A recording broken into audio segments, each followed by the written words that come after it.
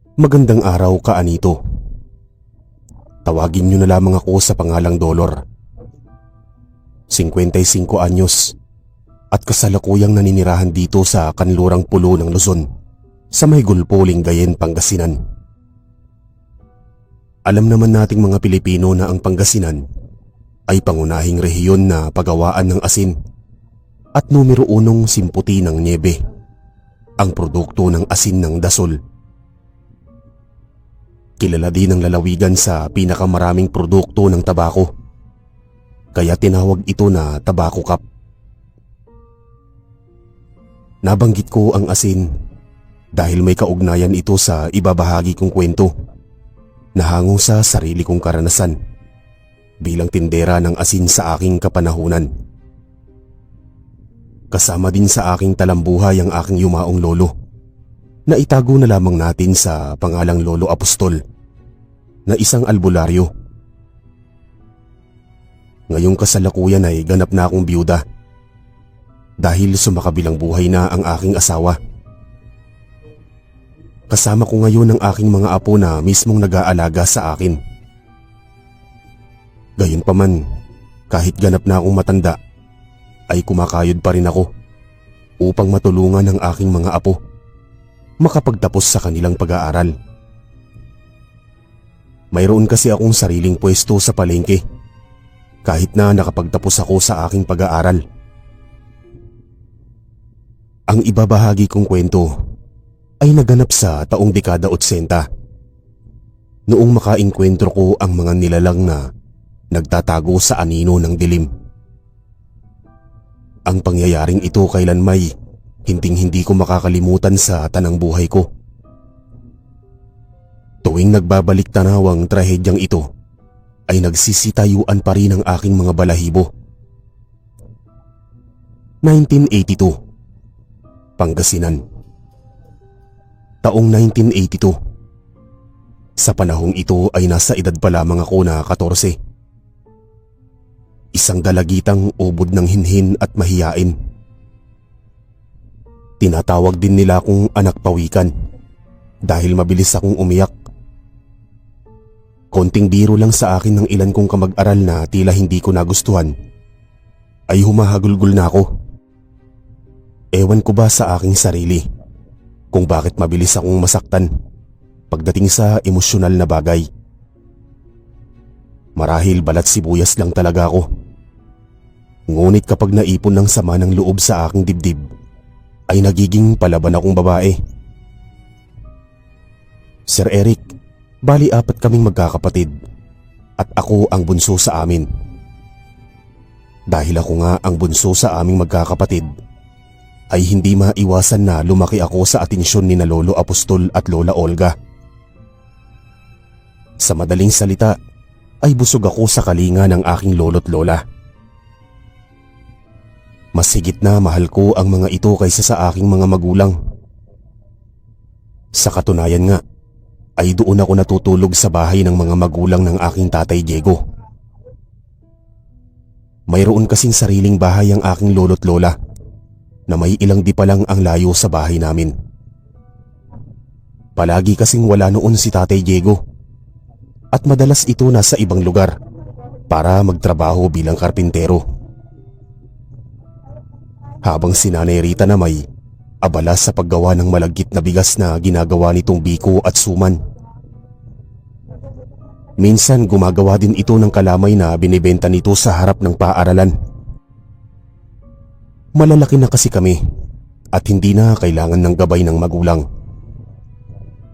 May dahilan kung bakit napakahirap sa pagtitinda ng kakanin ng aking ina. Dahil kakarampot lang ang aking iniintriga na pera ni Tatay Diego sa aking Nanay Rita. Tuwing sumasahod kasi ang aking ama, ay kaunti na lang ang natitira sa kanyang sahod. Nalulung kasi ito sa sugal. Malakas din itong uminom ng alak at manigarilyo. Halos sunog baga at atay ang aking ama sa pagkalulong nito sa bisyo na madalas nilang pag-awayan ng aking ina. Kahit sina lolo't lola ay palaging pinagagalitan ng aking tatay na mismong anak nila. Hindi nila kinukonsinti ang ugali nito na parang balasubas. Noong bata pa lamang ako ay responsabling haligi ng tahanan si Tatay Diego. Ngunit nung ako'y magdalaga ay bigla itong nagbago. Simula noong magtrabaho ito sa ibang lugar. Minsan nga iniisip ni Nanay Rita na may ibang babae ito. Kaya mas nawiwili itong magtrabaho sa ibang lalawigan. Bagamat sa aking kapanahunan, karamihan sa mga kalalakihan ay mandaragat. At dahil magaling ang aking ama sa pagkukumpuni ng mga bahay, ay mas sinangad nito na maging karpintero. Ewan ko ba kung bakit ganoon ang kanyang propesyon. Kung tutuusin ay isang hamak lang na albularyo si Lolo Apostol, habang si Lola Olga na may laking bahay lang. Siguro namana ni tatay ang kanyang abilidad sa aking mga tiyo. Ang isang tiyuhin ko kasi, Sir Eric, ay isang foreman. Dolor, apo, baka magtampo na ang nanay mo sa amin. Abay, palagi ka na lang dito kumakain ng hapunan. Hindi mo na nasasamahan ng nanay mong kumain sa hapag. Dito ka rin palagi natutulog. Ani Lola Olga, habang magkakasalo kami sa munting lamesa kasama si Lolo. La, bakit naman po magagalit si nanay? Nandun naman sina ate at kuya sa bahay at kasama nila ang aking ina. Hindi na po ako bata, Lola. Dalaga na po ako at may sariling pag-iisip. Isa pat kayo naman ang nagpalaki sa akin at madalas kong nakakasama. Mas gusto ko po kayong samahan ni Lolo dahil dalawa lang kayong nandito sa inyong bahay. At saka nagpaalam naman po ako kay nanay. Magalang na tugon ko naman sa aking butihing lola. Ganun ba, apo? Mabuti naman kung nagpaalam ka sa nanay mo.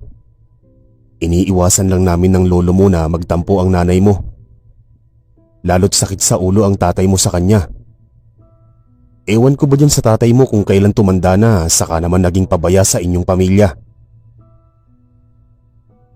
Saad muli ni Lola at hindi maiwasan na mainis sa aking ama. Olga, hayaan mo. Kapag nakauwi na dito ang anak natin, kakausapin ko siya tungkol sa kanyang bisyo. Kawawa naman si Olga. Araw-araw na lang nagpapakahirap sa pagtitinda ng kakanin. Saad naman ni Lolo Apostol sa aking lola. Napasinghal na lang ako sa sinabi ng aking lolo't lola. Maging ako may naiinis sa aking ama, kaya parang malayo ang loob ko sa kanya. Nais ko man tulungan si nanay sa pagtitinda, ay hindi ko magawa dahil nag-aaral ako. Kapag nakakauwi na ako galing sa eskwelahan, ay nag-aasikaso muna ako sa mga gawaing bahay bago pumunta sa kubo ng mga magulang ng aking ama. Subalit noong sumapit ang aming bakasyon, ay magkakasunod na kababalaghan at katatakutan ang bumalot sa aking pagkatao. Unang linggo noon ng Abril, kung saan kasagsagan ng aming bakasyon, ay tinutulungan ko ang aking ina sa pagluluto ng kakanin. Ngunit hindi ko ito masamahan sa pagtitinda o paglalako, dahil ako ang nagsisilbing kahalili sa bahay. Ako ang gumagawa ng gawaing bahay. Ako din ang naglalaba ng aming mga damit, dahil kumakayod din ang mga nakakatanda kong kapatid. Ang dalawa kong kuya ay pumapalaot at sumasama sa mga kaibigan nilang mangingisda para makatulong sa aming pamilya. Habang si ate naman ay naglalabandera sa isang pamilya na may kaya sa buhay. Ginagawa yun ni ate para makaipon ng salapi sa kanyang matrikula sa darating na pasukan. Ganoon ang aming pamilya, Sir Eric. Nagtutulungan kami at nagkakaisa na hindi na umaasa sa aming mga magulang. Kakarampot lang naman kasi ang tinutubo ni Nanay Rita sa pagtitinda. Kung matinong haligi lang sana ang aking ama, ay hindi kami makakaranas ng matinding kahirapan. Lalo't tatlo sa amin ay nasa sekundarya. habang si ate na may nasa kolehiyo na. Wala namang trabaho si Lola Olga at kakarampot lang din ang kinikita ni Lolo Apostol sa panggagamot bilang isang albularyo. At higit sa lahat ay matatanda na sila. Nagsusumikap din ang mga ito na sumaing ng kanilang makakain sa sarili nilang pinagpaguran na hindi umaasa sa kanilang mga anak. Araw noon ng hapon, habang abala ako sa pagkukusot ng aming mga damit, ay biglang umuwi si ate. Maaga itong natapos sa kanyang mga labahin sa kanyang amo. Arawan din ang bayad sa kanya ng mga ito, kaya na itatabi talaga ni Ate Glenda ang kanyang kita. "Bunso, gusto mo ba magtrabaho ngayong bakasyon? Naghahanap kasi ng tindera ang kapatid ng aking amo sa palengke. Arawan din ang sahod. Baka interesado ka, bunso." Bungad na wika sa akin ni ate. "Sinong kapatid ng amo mo, ate? Si Aling Doray ba? Ang may sariling tindahan ng asin sa palengke?" Usisang tanong ko dito. "Oo, bunso. Si Aling Doray nga. Bigla kasing umalis ang kanyang tindera. Bigla na lang itong hindi pumasok. Kaya nirekomenda kita sa kapatid ng aking amo habang wala pa siyang nahahanap na bagong tindera. Sayang din ang kikitain mo, bunso." Paliwanag ni Ate Glenda. "Sir Eric, nagdadalawang isip ako sa inaalok sa akin ni ate. Bistado ko na kasi ang ugali ni Aling Doray. Masyado kasi itong masungit at matabil, kaya't walang tumatagal na tindera sa kanya. Iniwan na rin ito ng kanyang asawa dahil sa pagiging bungangera nito. Tinanggihan ko ang alok ni ate. Ngunit nung sabihin nito kung magkano raw ang araw ko, ay nasilaw ako sa salapi. Lalo't nais kong makatulong sa aking ina. Gusto ko ring bilhan ng gatas at masarap na pagkain sina lolo't lola. Naaawa ako sa kanila sa palagiang pag-ulam ng mga maliliit na isda na mabibili ng tumpok sa palengke sa pinakamurang halaga. Sa puntong yun, kinagat ko ang alok ni ate na maging pansamantalang tindera ni Aling Doray. Anito, hindi naman ako magtatagal at pagtsatsagaan ko na lamang ang ugali ng ginang. Hindi naman ito salbahe o masamang babae. Ang problema lang dito ay ang pagiging bungangera nito. Dahilan para magkaroon ito ng maraming kaalitan sa palengke na kapwa niya mga vendors. Bago ako mamasukan noon kay Aling Doray, ay nagpaalam muna ako sa aking nanay kung papayagan ako nito, lalo't ako ang umaagapay sa mga gawaing bahay. Bukod sa aking ina, nagpaalam din ako kina lolo't lola at pumayag naman ang mga ito. Pati si Nanay Rita ay aprobado na magtrabaho ako sa ginang. Kinabukasan pagkatapos kong mag-almusal, ay sumama na ako sa aking ate patungo sa palengke. Madadaanan pa kasi nito ang pamilihan bago ito makarating sa bahay ng kanyang amo, dahil papasok na rin ito sa kanyang trabaho. Noong makarating kami sa palengke, ay saktong kabubukas lang ni Aling Doray ng kanyang pwesto. Nag-iisa lamang ito habang inaayos ang kanyang mga paninda. Bukod kasi sa asin at sariwang bagoong nahipon na pertakal sa baso ang bintahan, may mga tinda din itong mga bawang, sibuyas at kamatis na inaaangkat nito sa isang supplier sa nasabing palengke. Kahit na magkakilala kami ni Aling Doray, ay hindi naman kami ganoon kalapit sa isa't isa. Kahit ang mga katabi nitong vendor na may sarili ding mga pwesto ay naiinis sa ginang. "Magandang umaga po, Aling Doray. Sinamahan ko lang dito ang aking kapatid para sa unang araw niya bilang tindera mo. Ikaw na po ang bahala sa kapatid ko, Aling Doray." Bungad na bati ni ate sa ginang. Mabuti naman Glenda at pumayag ang kapatid mo na magtrabaho sa akin. Aalis ka na ba agad? Pakisabi sa kapatid ko na dadaan ako mamaya sa kanilang bahay. Ani Aling Doray sa aking ate. Opo Aling Doray. Kailangan ko po kasi isampay sa labas ang mga nilaban ko kahapon. Sige po. Makakarating po ang pinapasabi mo sa iyong kapatid. Magalang naman na tugon ni Ate Glenda sa ginang at manipis na ngumiti bago tuluyang umalis. Noong makaalis si Ate Glenda, inutusan ako ni Aling Doray na tulungan ko siya sa pag-aayos ng mga paninda. Binuksan ko ang takip ng 3 malalaking basket na naglalaman ng mga kamatis, sibuyas at bawang at maingat na inilagay sa mahabang lamesa para i-display. Habang ang aking amo na may nagtatakal ng asin sa supot. Bawat balot ng asin ay magkakaiba ang timbang. Sir Eric, sa totoo lang hindi ko alam kung matutuwa ba ako o maiinis sa aking amo. Dahil habang pareho kaming abala sa aming ginagawa, ay putak ito ng putak. Kahit ano-anong bagay na lamang ang lumalabas sa kanyang bibig. Bukod kasi sa pagiging matabil nito, may pagkakataon na natutuwa ako sa kanyang mga sinasabi. Bawat lumalabas kasi na salita sa kanyang bibig ay may kasama pang aksyon ng kanyang mga kamay. Masasabi kong may tinatagong kabaitan ng ginang. Dahil matapos namin mailatag ng maayos ang mga paninda, ay inalok ako nitong kumain ng kanyang baon. Bumabaon kasi ito Sir Eric ng kanin at ulam na mismong sarili nitong luto. Wala kasi itong anak at hiwalay din sa asawa. May isang katangian ito na wala sa ibang mga vendors. Magaling si Aling Doray na humikayat ng mga parokyano na napapadaan sa aming pwesto. Marami kasi kaming kakumpetensya na pareho ang aming mga paninda.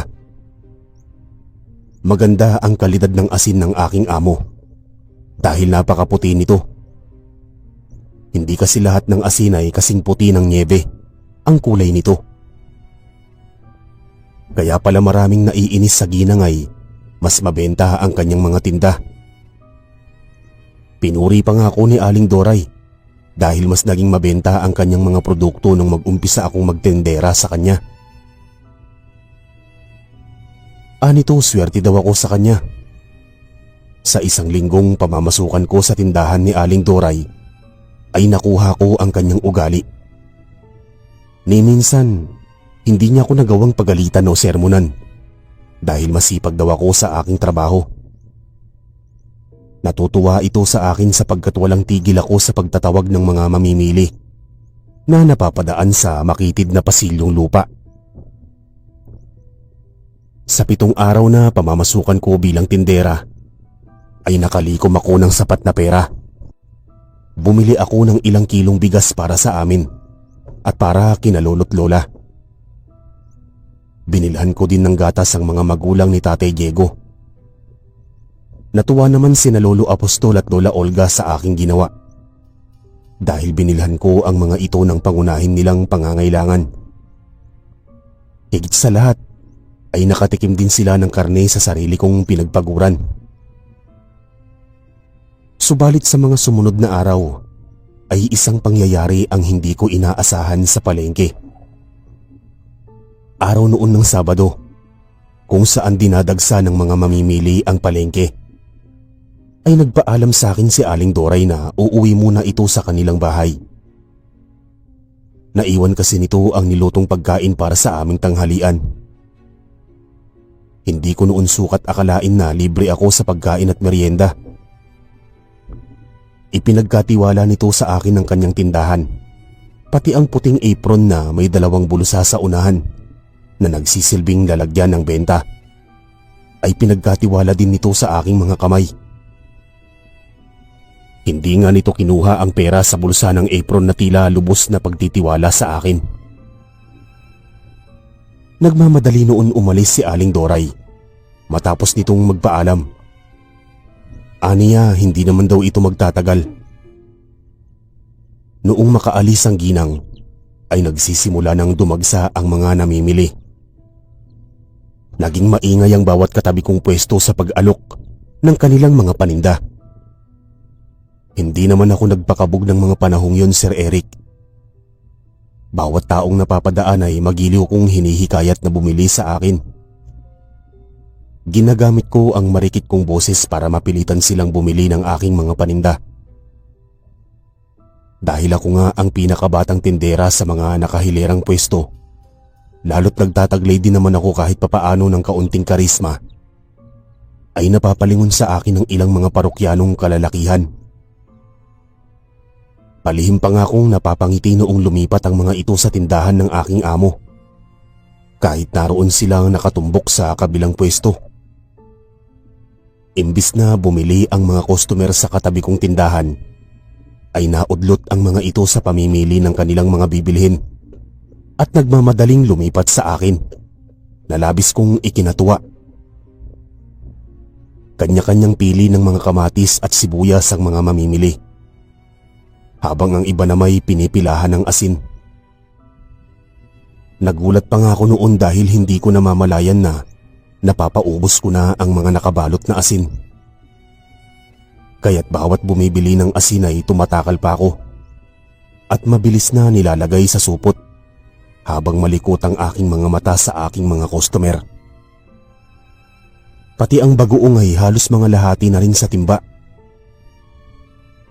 Bawat customer, matapos nilang bumili ay tinatapunan ko ng malapad ng ngiti na tila nagpapakyut. Nakakataba kasi sa puso tuwing sinasabihan ako ng matatandang namimili na napakasipag ko raw na babae. Sa murang edad ko ay nagbabanat na ako ng buto para makatulong sa aking pamilya. Subalit sadyang may mga tao talaga na nabubuhay sa inggit. Makalipas kasi noong dumugin ng mga mamimili ang pinapasukan kong tindahan, ay maraming mga mata ang palihim na nakatitig sa akin. Mga tingin na may masama na ibig iparating. Noong kumalma ang mga tao at mangilan-ngilan na lamang ang napapadaan, ay isang matandang babae ang lumapit sa akin na mahigpit na kakumpetensya ni Aling Doray na pareho lamang ang kanilang mga tinitinda. Hoy iha, kabago-bago mo lang dito sa palengke, umaasungot ka na? Mang-aagaw ka ng mga customer. Porkit bata ka pa at maganda ay nagagawa mong akitin ng mga mamimili para bumili sa inyo ng amo mong bungangera. Pagalit na wika sa akin ng matandang babae. Manang, hindi po ako nang aagaw ng customer. Sadyang sariwa lang talaga ang mga paninda ni Aling Doray. At saka tignan mo nga ang paninda mong asin. Parang natutunaw na.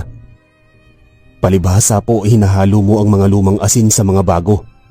Kaya ganyan ang itsura. Saad ko naman sa matanda at nagawa itong inisin. Leche kang bata ka. Nagawa mo pang sagutin ako ng pabalang. Wala kang respeto sa matanda. Sabihin mo sadyang malandi ka lang. Inaakit mo ang mga kalalakihang customer para bumili sa inyo. Maktol muli na wika ng matandang babae. Manang, marunong po ako gumalang sa matatanda dahil mayroon din akong lolo't lola. Kung ang ugali mo'y parang basura, hindi ka karapat dapat na igalang. Kaya pala hindi kayo magkasundo ng aking amo dahil inggitera ka. Sagot ko sa matanda. Wala kang modong babae ka.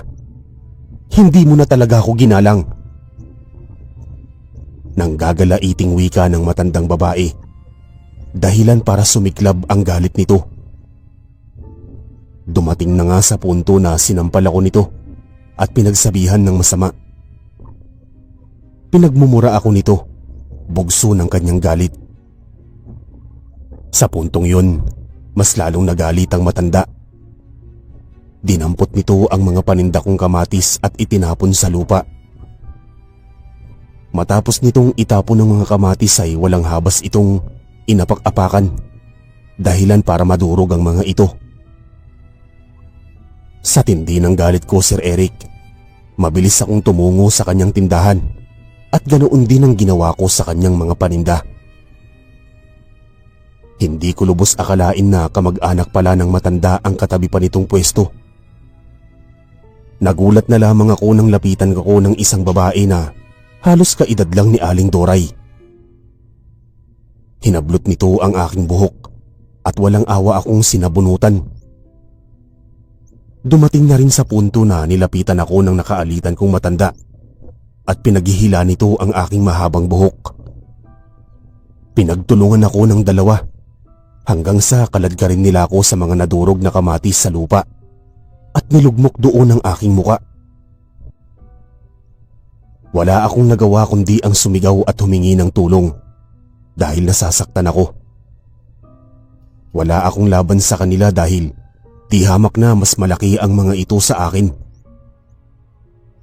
Nagilalas na lamang ako nang biglang sumulpot ang aking amo at walang pangundangan na sinabunutan ng matandang babae, habang ang isa pang babae ay walang tigil ang paghila sa aking buhok. Sir Eric, habang sinasabunutan ako ng babae, ay malinaw kong nasisilayan kung paano magsalpukan sina Aling Doray at ang matandang babae. Nagpagulong-gulong sa lupa ang dalawa habang nagtatagisan ng paghila ng kanilang mga buhok. Imbis na awatin kami ng mga kapwa namin tindera at mga vendors, ay tila natutuwa pa ang mga ito sa kanilang mga nakikita dahil alam nilang talo kami sa laban ng aking amo. Namilog ang aking mga mata nang biglang may humablot sa buhok ng babae na walang tigil sa paghila ng aking buhok, na walang iba kundi si Ate Glenda. Matapos itong atakihin ni ate ng patalikod, ay tinulak niya ito ng patihaya at nagpaibabaw siya dito at walang habas niyang pinaulanan ng sampal. Sa puntong yun, tinulungan ko si Ate Glenda para makaganti ako sa babaeng walang humpay na sinaktan ako ng pisikal. Napatigil ang aming bangayan nang awatin kami ng mga mamimili na napadaan sa pinangyarihan. Hindi ko alam kung bakit pinagkakaisahan ng mga vendor si Aling Doray, sapagkat wala man lang nagmagandang loob na tumulong sa amin. Habang inaawat ng kalalakihan ng matandang babae at ang kaanak nito na walang awang sumabunot sa akin, ay pinagmumura kami ng mga ito. Balak pa kaming atakihin ngunit mahigpit ang pagkakahawak sa kanila ng mga taong nagmamagandang loob na tumulong. Bukod sa pagmumura ng mga ito sa amin, ay nagbanta pa umano ang matanda na nagkamali kami ng binangga. Pagbabayaran daw namin ng malaki ang ginawa namin sa kanila. Kung tutuusin ay kami ang naargabyado sa mga nangyari. Ilang saglit pa dumating ang ilang mga kaanak ng matandang babae. Niligpit nila ang kanilang mga paninda at tuluyang sinarado. Matapos isarado ang kanilang pwesto ay tahimik na umuwi ang mga ito, habang nakangisi ang kanilang mga labi na hindi ko lubos maintindihan. Dahil kanina lang nag-aalboruto ang matandang babae sa tindi ng galit. Subalit noong dumating ang kanilang kaanak, ay nagbago ang ekspresyon ng mukha nito. Noong makaalis ang mga ito, ipinaliwanag ko sa aking amo ang buong detalye. Akala ko noon magagalit si Aling Doray, ngunit kabaliktaran pala, sapagkat naawa ito sa akin at alam daw niya ang mga nangyari dahil naaktuhan nito ang pagsugod sa akin ng matandang babae. Maliwanag na sa akin ang lahat kung bakit ganoon ang kabungangera si Aling Doray. Dahil mas masahol pa pala sa hayop ang mga katabi naming pwesto na halos puno ng inggit sa kanilang katawan, na halatang pinagkakaisahan nila ang aking amo.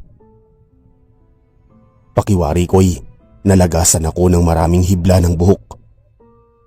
Pumutok din ang aking labi sa tindi ng sampal na dumapo sa aking muka. Maging si Aling Doray ay may mga kalmot sa muka. Nagtataka din ako sa pambihirang lakas ng matandang babae.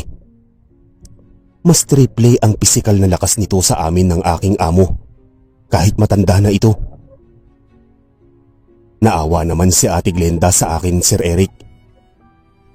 Hinaplos nito at inayos ang nagulo kong buhok at pinagpaga ng dumi sa aking damit. Tinanong ko ang aking nakatatandang kapatid kung ano ang ginagawa nito sa palengke. Anito, inutusan daw umano siya ng kanyang amo na mismong kapatid ni Aling Doray. Mabuti na lang dumating si Ate Glenda. Kung hindi, napanot na siguro ang aking ulo. Nanatili muna ito ng ilang minuto sa aming tindahan bago bilhin ang iniutos sa kanya ng kanyang amo. Pinakalma nito ang kanyang sarili bago tuluyang umalis. Nagwika pa si Ate Glenda na dadaanan niya ako mamaya sa pwesto at sabay na lamang kaming umuwi sa bahay. Niligpit ko ang mga nadurog na kamatis sa lupa. Mabuti na lang at kakaunti na lamang ang mga ito. Nagpapasalamat din ako dahil hindi natapon ng nakasakong asin. Marami kasi kaming panindang asin dahil mabenta ito sa merkado. Kinahapunan, bukod sa arawan kong sahod, ay binigyan din ako ng kaunting salapi ni Aling Doray. Anito, bumili daw ako ng gamot para sa natamo kong sugat sa labi na hindi ko naman tinanggap. Nagpasalamat ito sa akin sa pagiging matapat ko sa kanyang bilang isang tindera. Ani pa umano nito, kung hindi lang ako mag-aaral sa darating na pasukan, ay kukunin niya akong regular na tindera at doon na ako manirahan sa kanyang bahay. Nagbitiw pa nga ito ng pangako na tutulungan niya ako sa aking pag-aaral hanggang kolehiyo sa abot ng kanyang makakaya. Doon ko napagtanto na napakabait pala ng aking amo. Sadyang may mga tao talaga na ginagawang masama ang isang mabait na tao. Habang nagsasarado kami ng tindahan ni Aling Doray, bandang 5:00 ng hapon, ay dumating na rin si Ate Glenda. Tulad ng kanyang pangako na sabay kami uuwi sa aming bahay, tumulong na rin ito sa pagsasara para mapabilis ang aming ginagawa. Sir Eric, noong magpapaalam na kami kay Aling Doray na uuwi na, ay tinapunan lamang kami nito ng isang malungkot na ngiti. Bago kami tuluyang makalayo sa palengke, ay sinulyapan ko ang aking amo at kinilabutan ako sa aking nakikita. Sapagkat walang ulo sa malayo si Aling Doray. Sabi ng matatanda, ay isang masamang pangitain kapag nakakita ka raw ng isang tao na walang ulo. Balak ko sanang lapitan ng aking amo para bigyan ng babala, ngunit nagmamadali itong sumakay ng tricycle. Hindi ko lubos akalain na yun na pala ang huling sandali na masisilayan kong buhay ang aking amo. Nabanggit ko pa nga kay Ate Glenda ang tungkol sa bagay na aking nakita. At nagwika lamang ito na baka namamalikmata lang daw ako. Nakiusap ako sa aking ate na wag nitong sabihin sa aming ina ang nangyaring insidente sa palengke para maiwasan ang malaking gulo. Noong makarating kami sa bahay, ay dagli akong nagbihis ng damit. Nandoon na rin sa bahay ang aking nanay na abala sa pagluluto ng aming hapunan. Niluluto nito ang mga nahuling isda ng mga nakakatanda kong kapatid na lalaki. Matapos kong makapagbihis ng damit, ay nagmamadali akong tumungo sa kubo ni na lolo't lola. Alam naman kasi ni Nanay Rita na doon ako maghahapunan. Agad namang napansin ni Lolo ang aking sugat sa labi. Dahilan para gamutin ako nito ng mga dinikdik na halamang gamot na inihalo ang katas sa langis na gawa sa bayabas. Subalit habang ginagamot ako ni Lolo Apostol, ay nabigla ako sa mga sinabi nito. Anito, may kung anong itim na presensya o anino ang umaaligid sa akin. Ang itim na aura na ito ay may dalang peligro. Labis akong humahanga sa aking lolo pagdating sa panggagamot. Kumuha ito ng malalim na pinggan at nilagyan ng tubig. Pinaupo ako sa harapan ng pinggan na nakapatong sa sahig. Kumuha din ito ng puting kandila at mabilis na sinindihan. Inuusalan niya ng dasalang kandila ng kakaibang lingwahe. Matapos ang ilang minutong pag-usal ng panalangin na hango sa Latin, ay tumayo ito at naglakad ng paikot ng 3 beses sa akin habang hawak ang kandila. Nang maisagawa ang 3 pag-ikot sa aking katawan, ay muli itong umupo at nagsimula ng patakan ng kandila ang pinggan na may tubig. Bawat patak ng kandila ay nabubuo ang isang nakakatakot na larawan. Isang imahe ng isang matandang hukluban, ayon na rin sa mga nabanggit ng aking lolo. Matapos maisagawa ng ganoong proseso ay panibagong pinggan ang kinuha ng aking lolo. Pinahiran nito ng langis ang likod ng pinggan at inilapat sa apoy ng kandila. Sa puntong yun, panibagong imahe ang nabuo na kawangis ng isang matanda ang nakahalintulad kanina.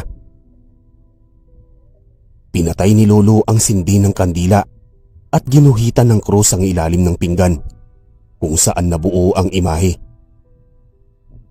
Ang uling na nagmula sa usok ng kandila ay ipinahid sa akin ni lolo ng pakrus. Inihipan nito ang aking bunbunan na may kasamang orasyon. Apo, habang maaga pa iwasan mo ang taong nakaalitan mo ngayon. Mukhang matindi ang galit sa iyo ng matandang yon.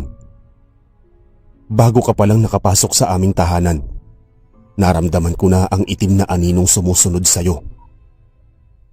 Hindi ko hahayaan na makapasok ito sa iyong katawan at pahirapan ka nito hanggang sa ikaw ay mamatay. Ani Lolo Apostol, matapos ako nitong gamutin.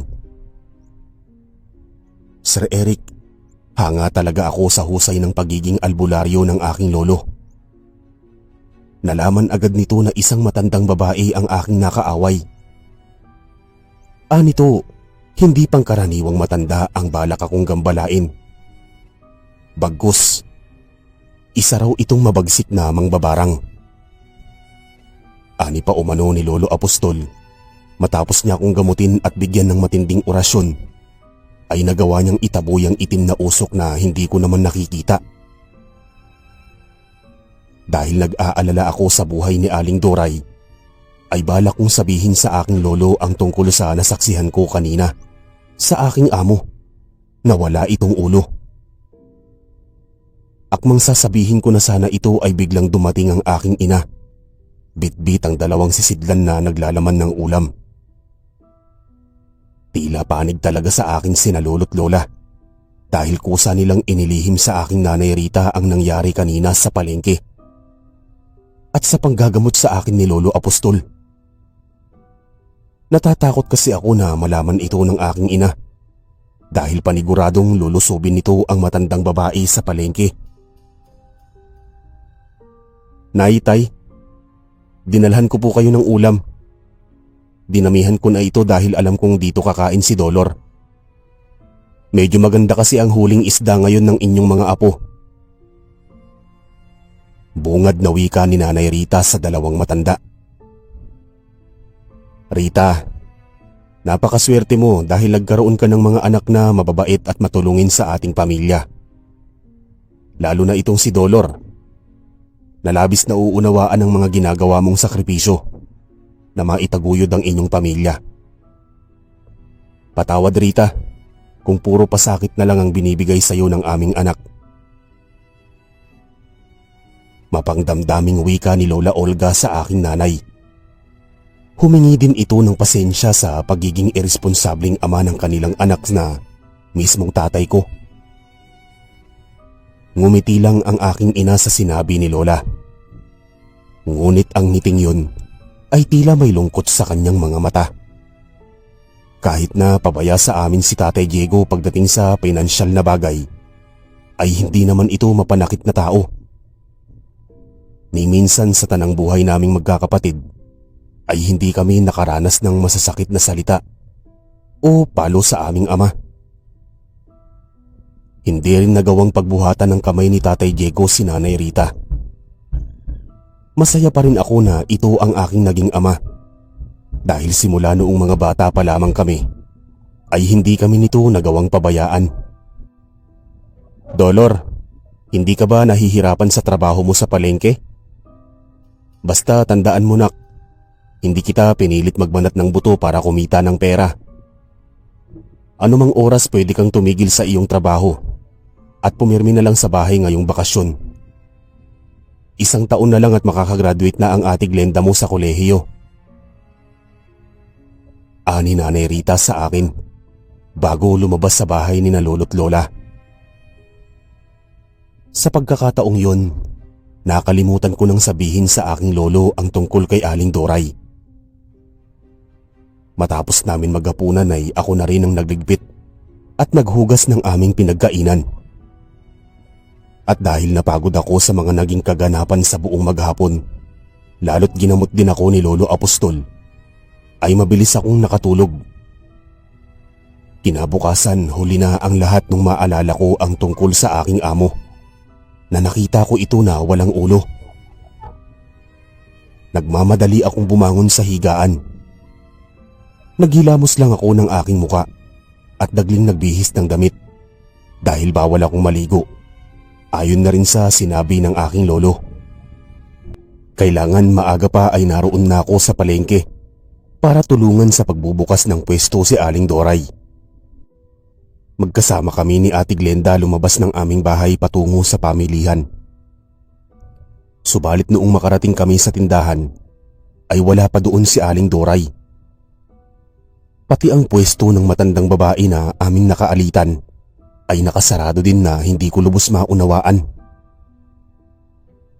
Napansin ko na tila tahimik akong pinapasadahan ng tingin ng mga kapwa ko mga tindera at vendors na kalapit naming pwesto. Animoy makahulugan sa akin ang bawat titig ng mga ito. Ilang minuto muna akong sinamahan ni ate habang hinihintay ko si Aling Doray bago ito tumungo sa bahay ng kanyang amo. Namamaktol na ako kakahintay ng mga panahong yun sapagkat walang Aling Doray na dumating. Dahil hindi ko naman alam ang bahay ng aking amo, nakiusap ako kay ate na samahan niya ako patungo sa bahay ng ginang. Ngunit hindi ko sukat akalain na hindi rin pala alam ni Ate Glenda ang bahay nito. Aniya, nasa kabilang bahagi sa dulo ng iskinita ang bahay ni Aling Doray. Nang araw na yun, may kung anong bagay na nagbibigay ng kilabot sa akin. Pakiwari ko, may hindi magandang nangyari sa aking amo. Nakiusap ako sa nakakatanda kong kapatid na puntahan namin ang ginang na sinang-ayunan naman nito. Anito magpapaalam muna siya sa kanyang amo. Noong makarating kami sa bahay ng kanyang mga amo na mismong kapatid ng ginang, ay agad nagpaalam ang aking ate. Tinanong nito ang kapatid ng aking amo kung saan banda ang bahay ni Aling Doray. Dahil hindi nga ito nagbukas ng kanyang tindahan na ikinagulat nito. Dahil nagtataka ang among babae ni Ate Glenda sa hindi pagbukas ng pwesto ng kanyang kapatid, ay ito na mismo ang sumama sa akin patungo roon.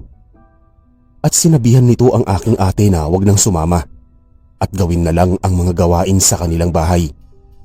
Doon ko rin napag-alaman na hindi lang pala labandera si Ate Glenda. Bagkus nagsisilbi pala itong katulong. Ang nakakatuwa lang ay mabait ang kanyang among babae at mga anak nito. Wala din kasi noon ang padre di pamilya dahil nasa Maynila ito at may pinapatakbong negosyo. Habang naglalakad kami ng bunsong kapatid ni Aling Doray, ay hindi nito maiwasan magtanong kung may nangyari daw na hindi maganda kahapon. Nagtaka kasi ito kung bakit hindi nagbukas ng pwesto ang kanyang ate. Tinahak namin ang isang iskinita na patungong baybaying dagat. Malapit lang naninirahan ng aking amo sa tabing dagat. Hindi rin magkakadikit ang kabahayan at mapuno ang nasabing kalsada.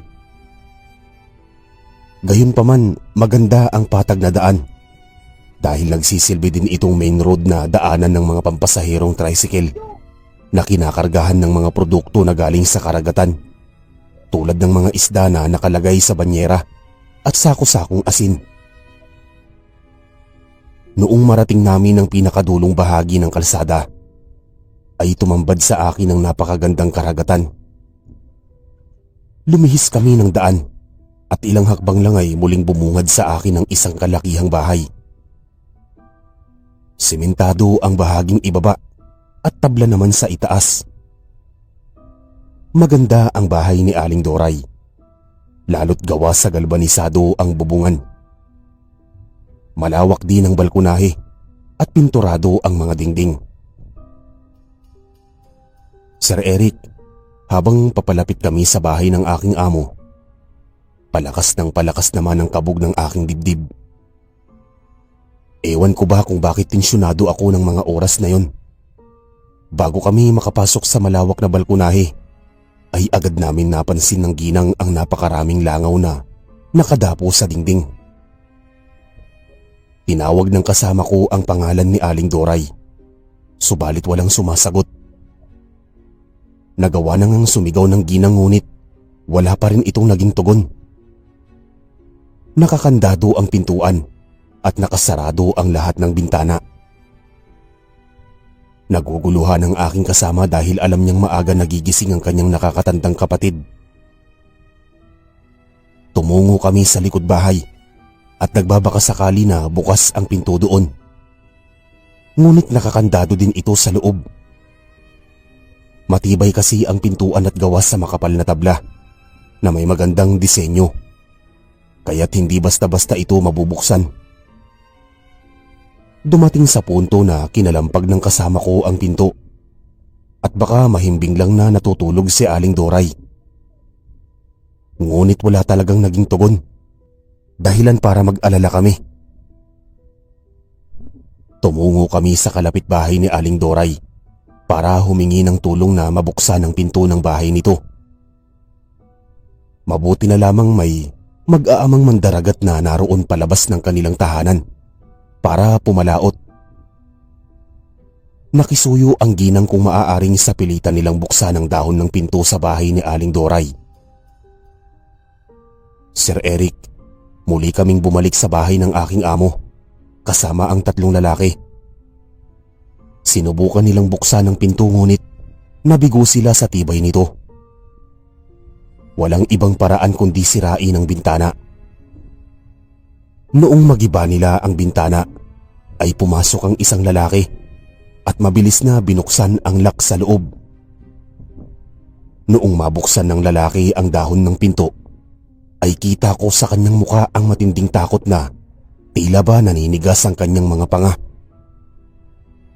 Taranta itong lumabas ng bahay at may itinurong bagay sa loob ng bahaging ibaba. Nang makapasok kami sa loob ng sala, ay nilamon kami ng matinding hilakbot dahil gumuhit sa aming mga mata ang sandamakmak na linta, uod at langaw sa sahig. Marami ding karantula ang gumagapang sa dingding at kisame. Napatakip ako sa aking bibig gamit ang aking kamay. Gayon din ang mga kasama ko. Wala sa sala ang aking amo at wala din ito sa kusina. Maging sa 2 silid ay nabigo kaming makita si Aling Doray. Nagwika ako sa ginang na baka nasa banyo ang kanyang kapatid dahil nakasarado ang pinto. Nahihiwagaan kasi ako kung bakit nakabukas lahat ang pintuan sa kwarto, maliban na lang sa palikuran malapit sa kusina. Noong pihitin ko ang doorknob ng pinto sa banyo, ay inaasahan ko nang nakalak ito. Malakas din ang kutob ko na naroon sa loob ng banyo ang aking amo. Mabutit hindi ganoon katibay ang pinto, kaya nagawang sirain ng 3 kalalakihan ang dahon ng pinto gamit ang magkakasunod na sipa. Nang tuluyang magiba ang pinto ay halos bumaliktad ang aking sikmura at napasigaw naman ang mga kasama ko. Tumambad kasi sa aming harapan si Aling Doray na nakalambitin sa kisame. Nagbigti ito gamit ang alambre. Dilat ang mga mata nito at nangingitim ang buong katawan. Halos mahigpit na nakabao ng alambre sa kanyang lalamunan. Ang nakapagtataka kung bakit nakahubot-hubad ito at maraming sugat sa katawan na pinamamahayan ng napakaraming insekto. Palaisipan ng pagpapakamatay nito. Pakiwari ko hindi talaga ito nagbigti. Pagkus sadyang may pumatay talaga sa kanya.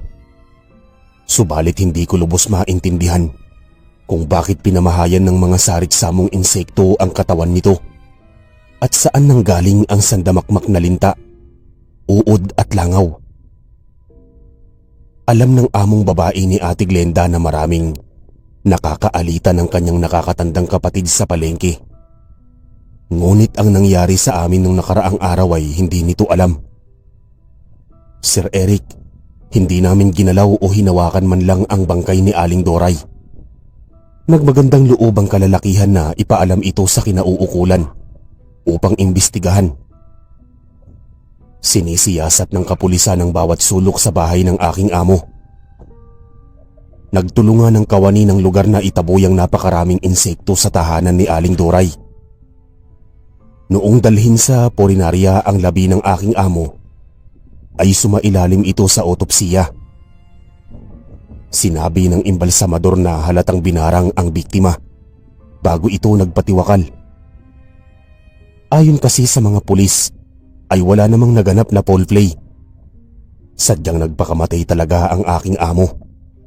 At dahil mga probinsyano din ng kapulisan, ay naniniwala ang mga ito sa black magic o mahika negra na ginagawa ng isang witch doctor.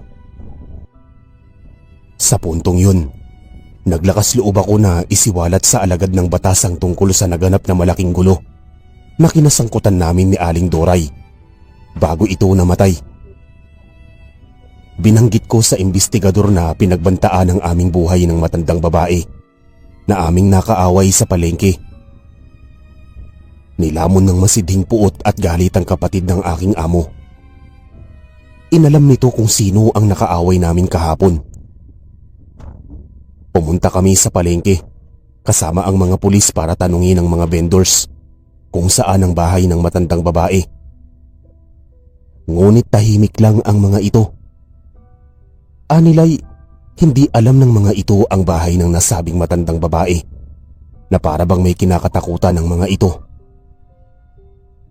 Hindi ko alam, Sir Eric, kung bakit tila kinakabahan ng ilang mga vendors sa matanda at sa mga kaanak nito.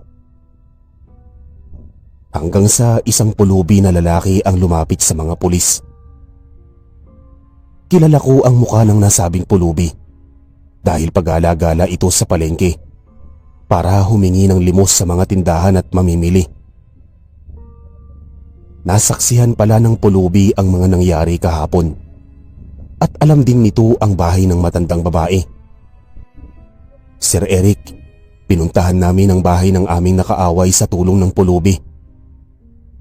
Tila kabisado nito ang pasikot-sikot sa buong lugar. Hindi ko sukat akalain sa ibang baryo pala naninirahan ng matandang babae. Isang sityo ang pinasok namin kung saan natuntun namin ang mismong bahay ng matanda. Subalit tila natunugan ng mga ito ang mangyayari dahil wala doon ang matandang babae at ang isa pang ginang na walang awa akong sinabunutan. Ang nagpagimbal sa akin ay puro kamag-anakan pala ng nasabing matanda ang mga naninirahan doon na halos iisang pamilya lamang ang mga ito. Noong papasukin na ng mga pulis ang bahay ng matanda para maghanap ng ebidensya na isa nga itong mangbabarang, ay tila pinigilan ng kapulisan ng bawat pamilya na naroroon. Ang iba sa kanila'y may mga hawak na itak na animoy, balak labanan ang mga alagad ng batas. Hindi umano papayag ang mga kaanak na basta na lamang papasukin ng mga pulis ang bahay na nagsisilbi nilang pinakamatanda sa kanilang angkan. Dagdag pa ng mga ito ay trespassing ang ginagawa ng kapulisan. Napakapit ako sa braso ng kapatid ni Aling Doray dahil pakiramdam ko nais nang sumabog ng aking puso sa labis na kaba. Malinaw ko kasing nasisilayan sa mga mata ng kaanak ng matanda na handa ang mga itong makipagpatayan sa mga pulis. Dumating na nga ang kinatatakutan ko na iniangat ng isang lalaki ang mahabang matsyete at gustong ambahan ng isang pulis dahil pinipilit nitong pasukin ang loob ng bahay ng matandang babae. Pati ang mga kababaihan ay hinarangan ng pinto para hindi ito pasukin ng kapulisan. Nagbanta pa ang mga ito na handa silang makipagpatayan. Masasabi kong matatapang at nagkakaisa ang bawat pamilya na naroroon dahil pilit nilang dinidepensahan ang kanilang kaanak. At dahil iilang pulis lang ang kasama namin ng mga oras na yon at wala naman silang hawak na katibayan na ang matandang babae ang may kinalaman sa pagkamatay ni Aling Doray, ay hinangad ng mga itong lisanin na lamang namin ang balwarte ng mga kapamilya ng matandang babae upang maiwasan ang madugong hidwaan. Hindi kasi aktwal ang nangyaring insidente noon, lalo't may kinalaman ng itim na mahika na mahirap paniwalaan pagdating sa husgado. Bago kami makalabas sa sinasakupan ng mga kaanak ng matandang babae, ay nagawa pa ng mga ito na dumura sa lupa habang matalimang pagkakatitig sa amin. Nangako naman ng isang imbestigador na may hawak na kaso ng aking amo na gagawin nito ang lahat na alamin ng buong katotohanan. Anito, malalim ang kanyang paniniwala sa mga itim na mahika at naniniwala din siya sa mga aswang. Matapos maimbalsamo si Aling Doray, ay binigyan ito ng maayos na burol ng kanyang kapatid. Binurol ito sa tapat mismo ng bahay ng amo ni Ate Glenda. Mabibilang lang ang mga nakilamay na halos mga kaanak lamang ng aking amo na umuwi pa galing Maynila. Pati ang dating asawa ni Aling Doray ay pumunta sa burol at taos-pusong nakiramay sa malagim na pagkamatay ng dating niyang asawa. Masasabi ko na walang kaibigan ng aking amo sa palengke dahil wala man lang isang tindera o vendors ang pumunta sa burol. Nakiramay din ng aking nanay Rita at mga kapatid, dahilan para malaman ng aking ina na napaaway ako sa palengke.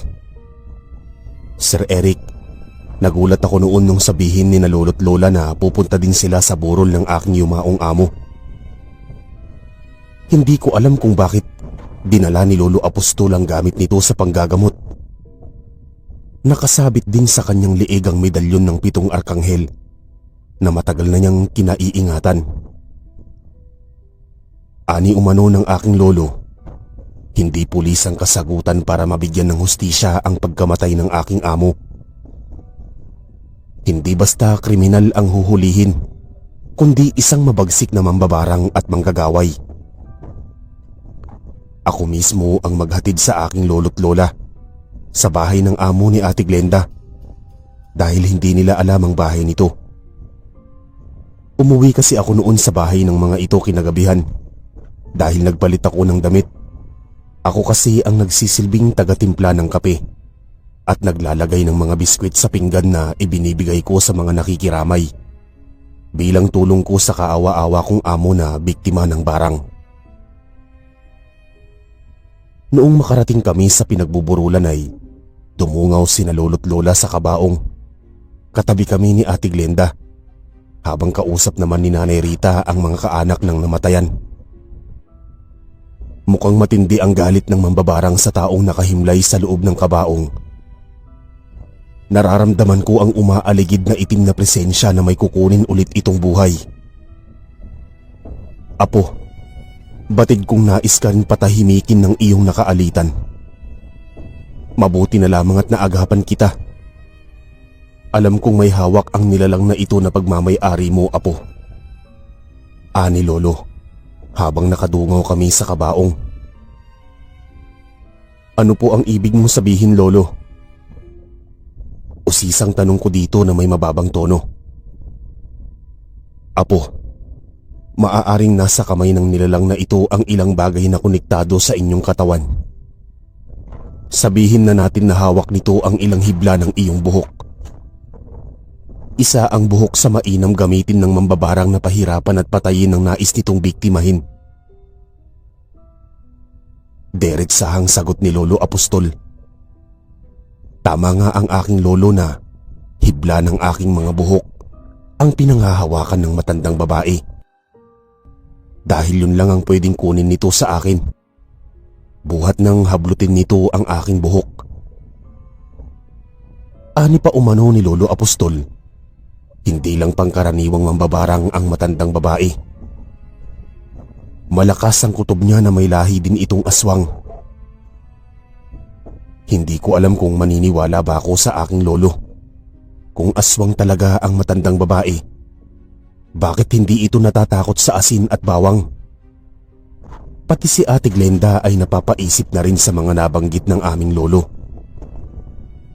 Pwede pa kaming maniwala na isa itong mabagsik na bruha na malawak ang abilidad sa paggamit ng mahika negra. Ngunit kung halimaw ito ay mahirap na talagang paniwalaan. Kaya't naisipan namin ni ate na tanungin si lolo sa bagay na yun. Paliwanag ni lolo, hindi lahat ng mga aswang ay takot sa asin at bawang. Ang kalamansi lamang ang kinatatakutan nila at pilit na iniiwasan na hindi sila malapatan ng katas nito.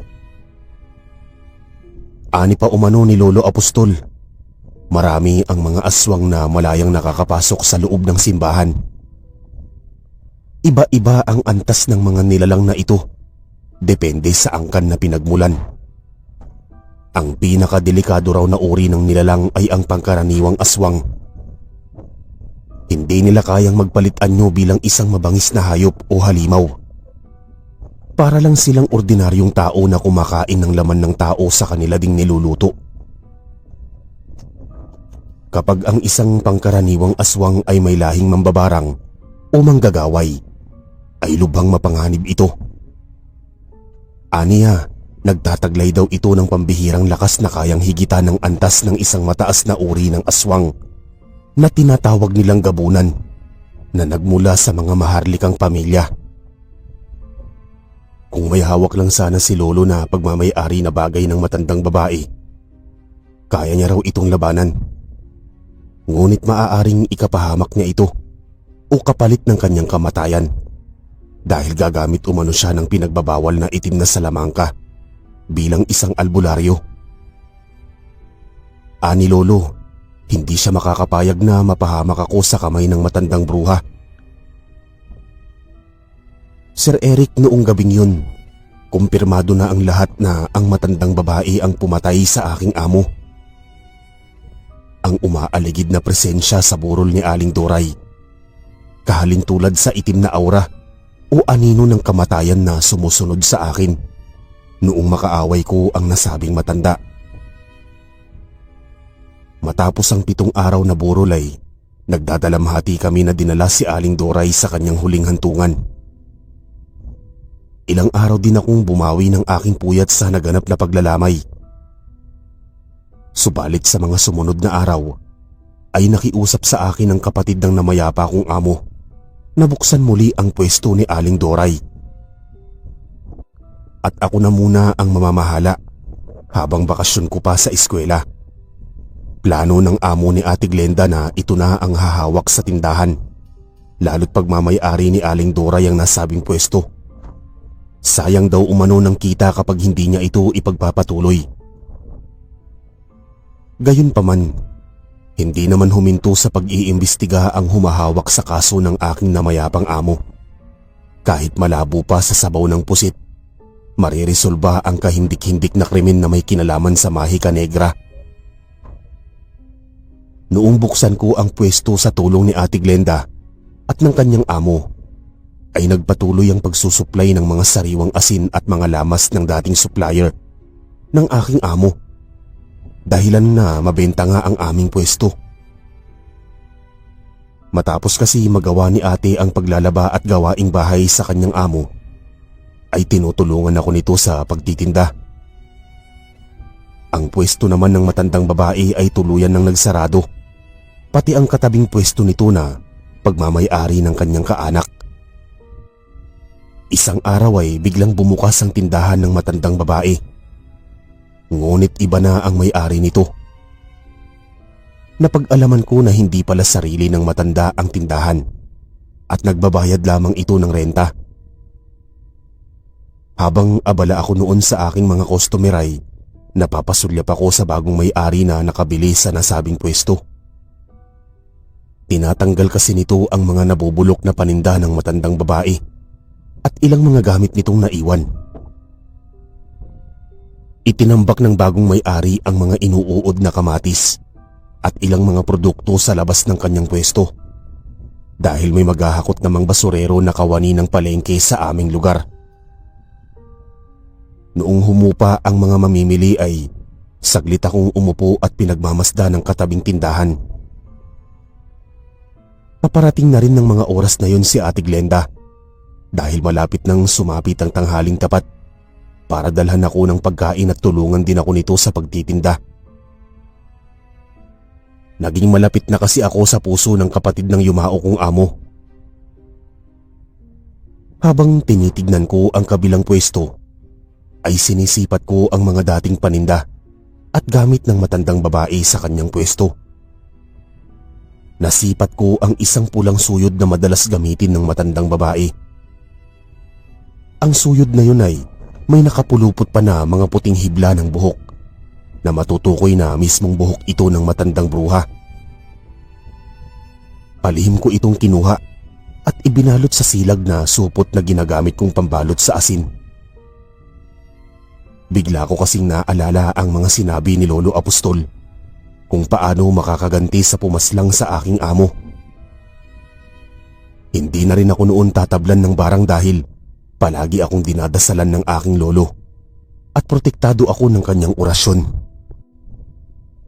Noong dumating si Ate Glenda, ipinakita ko sa kanya ang kinuha kong suyod ng matandang babae. Napagkasunduan namin na ibigay ito sa aming amo.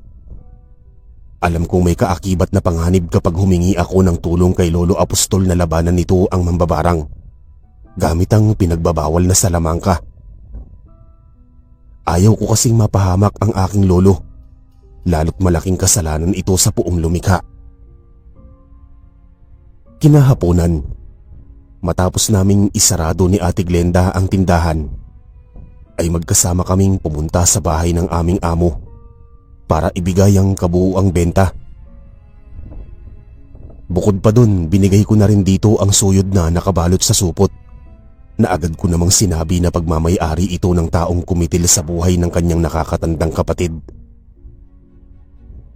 Sir Eric, kitang-kita namin ni Ate Glenda kung paano gumuhit ang mapaghiganting ngiti sa labi ng aming amo matapos nitong mahawakan ng suyod. Kinuha nito ang ilang hibla ng buhok at inilagay sa papel bago nilukot. Anito maghahanap umano siya ng isang magaling na albularyo na may malawak na kaalaman sa mahika negra para patahimikin ang pumatay sa kanyang ate. Magbabayad na lamang siya ng malaking halaga. Mabura lang sa mundo ang matandang bruha, kahit alam nito na maaari siyang makarma. Aniya, hindi naman tao ang kanyang ipapaligpit, kundi isang halimaw na salot sa lipunan.